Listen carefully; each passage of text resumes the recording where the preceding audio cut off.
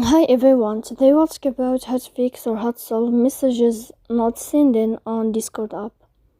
To know how to fix or how to solve messages not sent in on Discord app, you should just go to settings.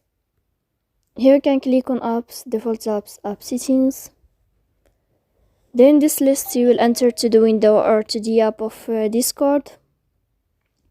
Here in this page of app info you can click on first stop and you can click OK. Then you will enter to the window of storage. Here you can click clear cache.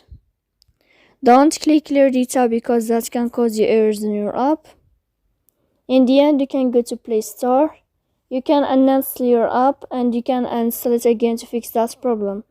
So please don't forget to support us by like and subscribe. See you next time in another video and thank you for your attention.